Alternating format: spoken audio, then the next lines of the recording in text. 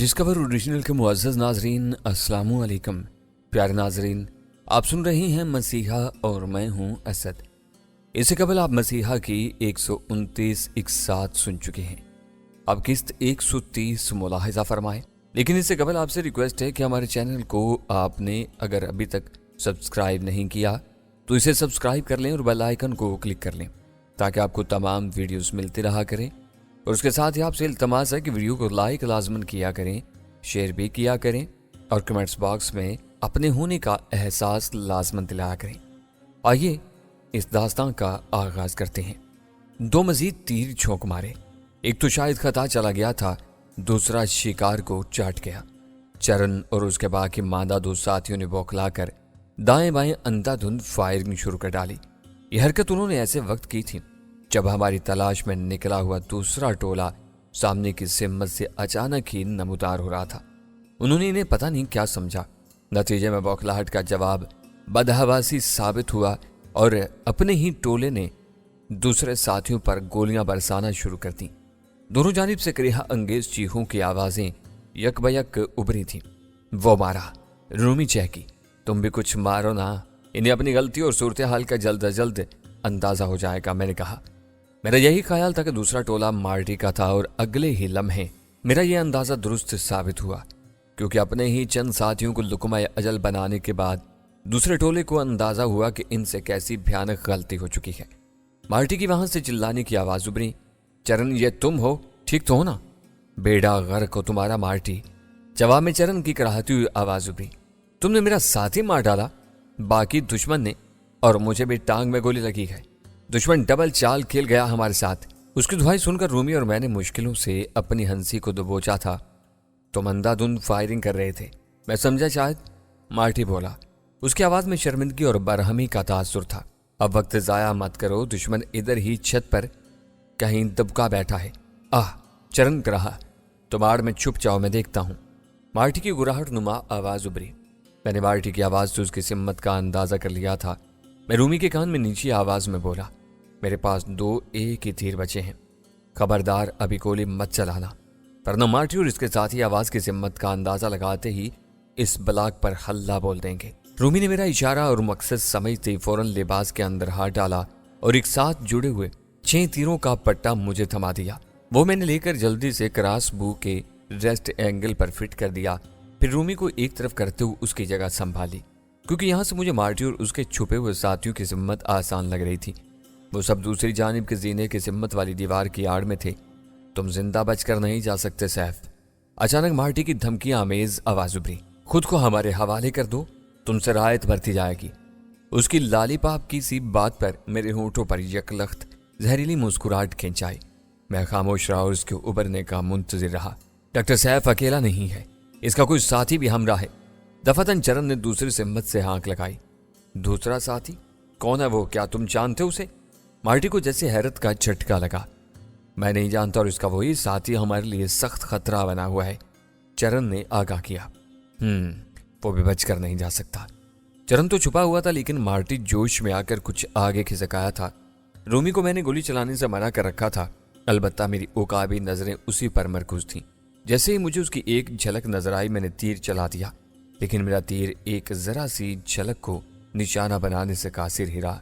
लेकिन इसका नुकसान अलबत्ता हमें सहना पड़ गया। मार्टी चरण से ज्यादा चालाक और होशियार साबित हुआ, क्योंकि चरण उसे बता चुका था कि हमने इन्हें तीरों वाली गन से निशाना बनाया है। जैसे ही मार्टी के करीब मेरा तीर पड़ा, उसने फौरन ताड़ लिया कि वो कहां से फेंका गया था। यूं एक लम्हे की भी देर किए बगैर उसने हरकत की और अगले ही लम्हे मुझे एक सब मशीन गन की चमकती झलक दिखाई दे गई। वो हम पर ब्रस्ट मारने के लिए पोजीशन बना रहा था। खतरे को भांपते ही मैंने एकदम रूमी को पकड़ा और उसे लिए जितनी तेजी से उस ब्लाक की आड़ से खुद को दूर फेंक सकता था फेंक दिया। रूमी के हल्क से इज़तरारी चीख भी खारिज हुई, मगर दूसरे लम्हे ठीक उसी जगह गोलियों की पूरी गरजती हुई बाढ़ टकराई जिधर कुछ देर कबल हम दुबके बैठे थे। सीमेंट के जर्रे और चिंगारियां सी उड़ी थीं। रूमी ने संभलते ही अपनी गन का रुख जीने के दूसरे हिस्से की दीवार की जानिब करते हुए ऊपर तले 2-3 फायर झोंक मारे। 2 एक अफराद की चीखें उभरी और उसके साथ ही हमने फिर जगह बदली तो दूसरी सिम्मत दुबके हुए चरण को हम पर फायर करने का मौका मिल गया। उसने 2 गोलियां चला डाली।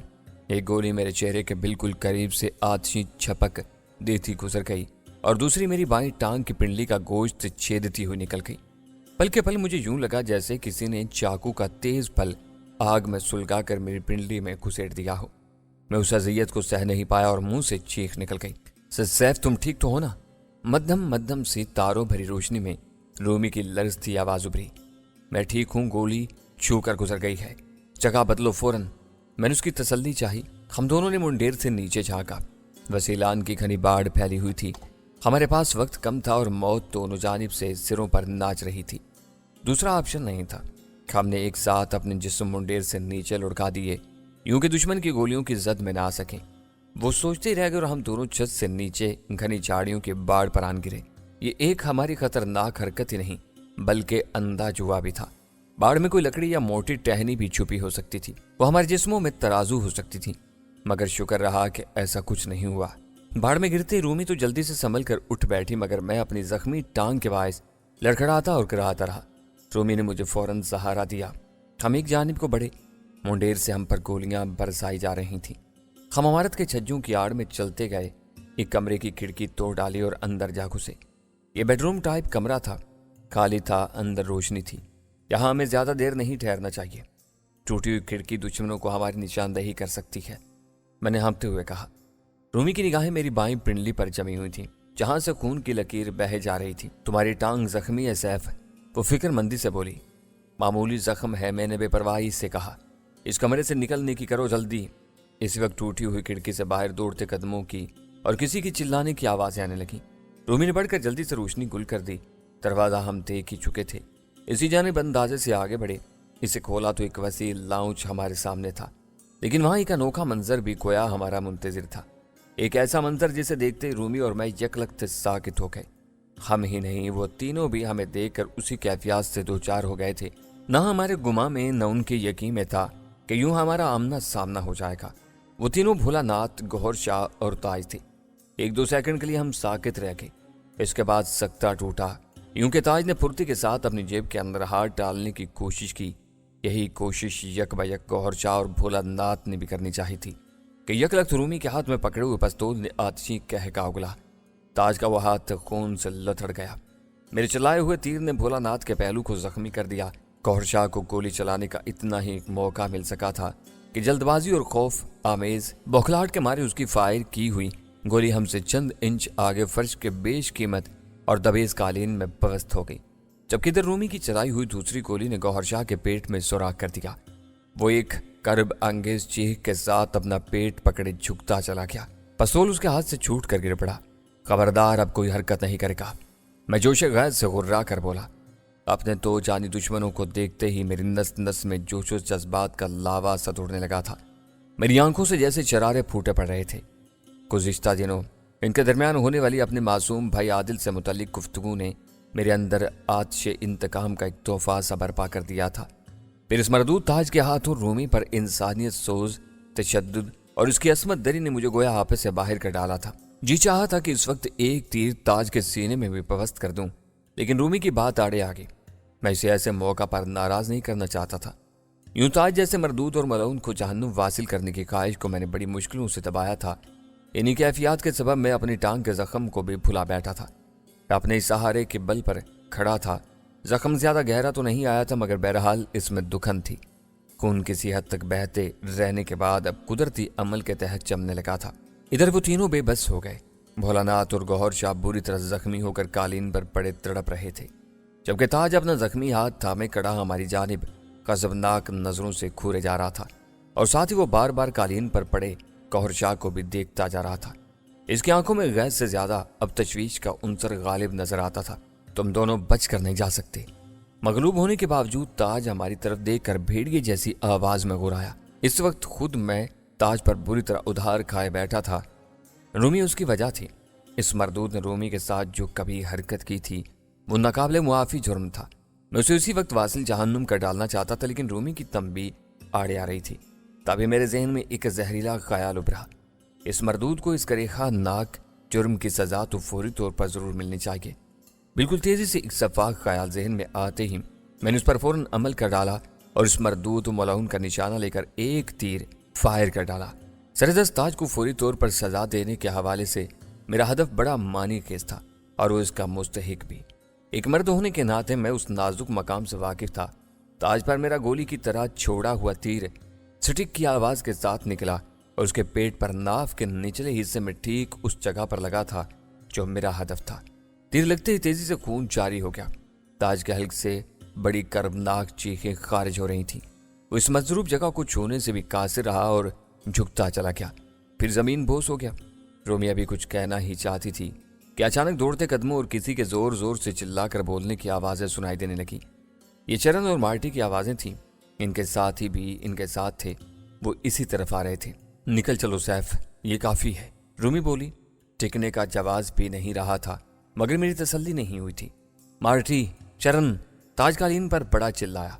मैंने पुरतैश अंदाज में होंठ भींचकर उसे घूरा और एक बार फिर करासबू का रुख उसकी जानिब कर दिया। मगर रूमी एक हाथ से मुझे बाजू से खींचे दूसरे दरवाजे की जानिब बढ़ी। जरा सी देर बाद हम बाहर थे। इसके बाद जितनी तेजी से दौड़ सकते थे दौड़ते चले गए, यहाँ तक कि साहिल के किनारे पाली हिल से जाने वाले रास्ते पर आ गए जहाँ स्टोर्स और रेस्टोरेंट बने हुए थे। हथियार हमने अपने लिबास के अंदर छुपा लिए थे। अभी हमारा इरादा यहाँ से जाने का नहीं था। इसी भाग दौड़ में मेरी बाईं टांग से दोबारा खून बहने लगा। दर्द भी बढ़ गया था। दूर मशरिक की ज़म्मत सुबह काजिब नमूदार होने लगी थी। रात भर खुले रहने वाले रेस्टोरेंट और स्टोर बंद नजर आ रहे थे। साहिल समंदर पर नमूदार होने वाला सफेदा शहर बहुत भला लग रहा था। लोग बाग भी कम ही देखने में आ रहे थे, सिवाय एक गोदी पर जहां चंद लांचें लंगर अंदाज थीं और वहां बने लकड़ी के प्लेटफार्म पर बारबरदारी वाले मजदूर मौजूद थे। साहिल से दूर गहरे पानियों में एक देव कामत बैरी जहाज भी लंगर अंदाज था। आसमान साफ था और रत जगहों के तारे सफेद पड़ते आसमान पर मान पड़ते भी भला मंजर पेश कर रहे थे। आबी परिंदे भी आबो दाना के लिए उड़ाने भरने लगे थे। मैं और रूमी जहाँ खड़े थे वहाँ पाम के दरख्त और मुख्तसर जंगल के इलाके का आखिरी सिरा था। हम यहाँ जरा सस्ताने के लिए खड़े हुए थे। इस दौरान मैंने अपनी जख्मी टांग का भी जायजा लिया था। रूमी इस तरफ देखने में महब थी जहाँ से हम मकदूर भर दौड़ते चले आए हुए थे। मेरा नहीं ख्याल कि वो हमारे ताक़ुब में आ सकते हैं। रूमी इसी तरफ तकते हुए बड़बड़ाई। हाँ, मैंने सीधे होते हुए कहा, इन्हें अपनी पड़ी होगी, वो भोलानाथ वगैरह को संभालने में मसरूफ हो गए होंगे। खैर, ऐसी खुशफहमी का भी शिकार नहीं रहना चाहिए हमें। वो हमारे ताक़ुब में भी आ सकते हैं। रूमी ने पलटा खाया तो मैंने चिढ़ कर कहा, अजीब लड़की हो तुम भी। वो क्यों? वो जंगल की जानिब से चेहरा घुमाकर मेरी तरफ घूरने लगी। एक बात करती हो और उसी को खुद ही रद्द कर डालती हो। तुम्हारा क्या ख्याल है फिर? यही कि फिलहाल मेरी जख्मी टांग को मरहम पट्टी की जरूरत है। यहाँ मुझे ऐसे कोई आसार नजर नहीं आ रहे। तुम्हें देसी तरीका इस्तेमाल करना पड़ेगा। वो कौन सा? अपनी शर्ट फाड़ कर पट्टी बांध लो, कम से कम खून बहना तो रुक जाएगा। तुम्हारी पतलून का पांचा भी खून से भर गया है। नाचार मैंने रूमी के मशवरे पर अमल करते हुए अपनी शर्ट का एक जरा दामन जरूरतन फाड़ कर अलहदा किया और झुककर अपनी बाईं टांग की पिंडली के गिर्द लपेटने लगा। होशियार, वो आ रहे हैं। दफादार रूमी ने सरसराता लहजे में खबरदार किया। मैं एकदम सीधा होकर खड़ा हो गया। वक़्त में देख रही थी, वहां मुझे सफेदा शहर के मुलगजे में किसी गाड़ी की तेज हेडलाइट्स दिखाई दे रही थी। जरूरी तो नहीं कि ये वही हो, मैंने ख्याल जाहिर किया। तुम्हारा मतलब है हम यहाँ खड़े होकर इनके करीब आने का इंतजार करें? रूमी हैरत से बोली, यह हार्बर हाउस से आने वाला रास्ता है जहां से हम दौड़े चले आ रहे हैं। फिर जल्दी से कहीं छुपने की तैयारी करो, मैंने बौखलाकर कहा और इधर उधर देखा। इस तरफ दौड़ो। रूमी ने सामने कदरे बाएं से मत इशारा किया और दौड़ पड़ी। मैंने भी उसकी तकलीद कर डाली। मध्यम तारीकी और रोशनी के इम्तजाज में हम दौड़ते हुए एक ऐसे टीले की आड़ में चले गए जिधर खुद रू झाड़ियां उगी हुई थी। इनके अकम में जाकर हम सीने के बल लेट गए और टुकटुकी बांधे उस तरफ तकने लगे जहां से किसी गाड़ी की तेज हेडलाइट्स नजर आ रही थी। करीब आने पर वो मुझे एक 4 व्हील टर्बो जीप लगी जिसकी रफ्तार खासी तेज थी।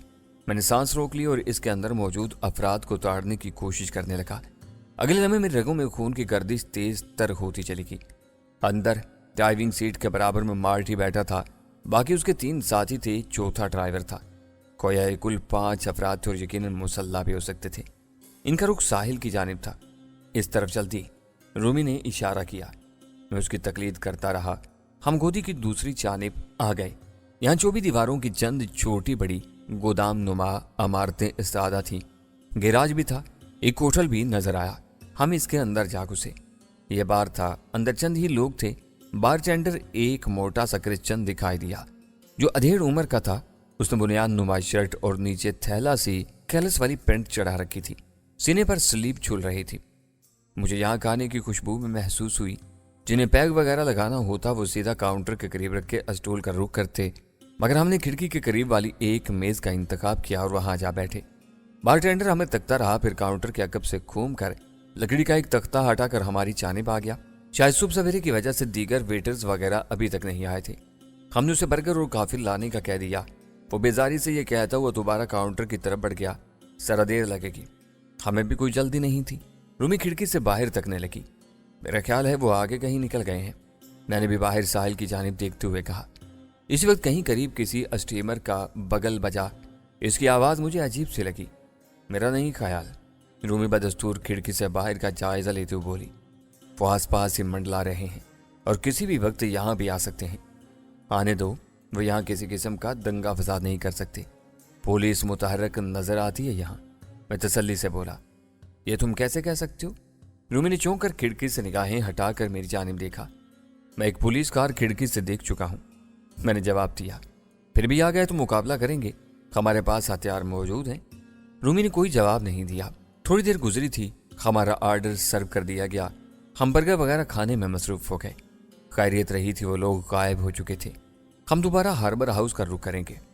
मैंने बर्गर का बाइट लेते हुए कॉफी का सिप भर कर कहा। वो क्यों? रूमी ने सवालिया निगाहों से मेरी जानिब देखा।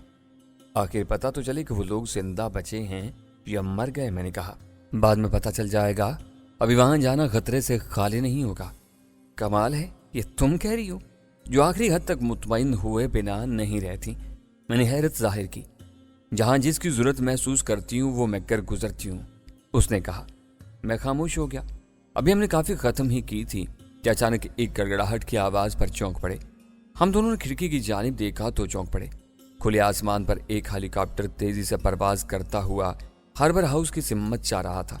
इसकी बॉडी की मखसूस मोनोग्राम से मुझे अंदाजा लगाने में देर नहीं लगी कि वो हवाई एम्बुलेंस थी। ओहो, इसका मतलब है वो खबीर जिंदा है। रूमी के मुंह से सरगोशाना अंदाज में बरामद हुआ। मुमकिन है लेकिन जरूरी भी नहीं, मैंने गोमगो के अंदाज में कहा। हेलीकॉप्टर दूर जा चुका था। मेरा ख्याल है अब वापसी का रास्ता ही इख्तियार करना बेहतर होगा। मैंने भी उसकी बात पर साथ किया। दिन निकलने लगा था और इक्का दुक्का आने जाने वाली टैक्सियां भी नजर आने लगी थी। हम एक टैक्सी में बैठकर अपने होटल पहुंचे और सीधे अपने कमरे का रुख किया। तारिक बेचैनी से मेरा ही मुंतजिर था। मैं कामयाब लौटा था और कामयाबी रूमी की सूरत मेरे हमरा थी। तारिक मेरे साथ रूमी को देखकर देखता ही रह गया। रूमी भी उसे देखकर सिसक पड़ी और लपक कर उसके बिस्तर की जाने पड़ी। वो उसे लिपट गई थी, यूं जैसे एक बुजुर्ग के पुरशफीक साए तले आ गई हो। साथ ही वो रो भी पड़ी थी। मैं एक तरफ कुर्सी संभाले बैठ गया और खामोश नजरों से दोनों को देखने लगा। तारिक इसके सर पर धीरे धीरे हाथ फेर रहा था, इसे तसल्लियां दे रहा था। उसकी नजरें मुझ पर जमी हुई थी, यूं जैसे मेरा मशकूर हो रहा हो।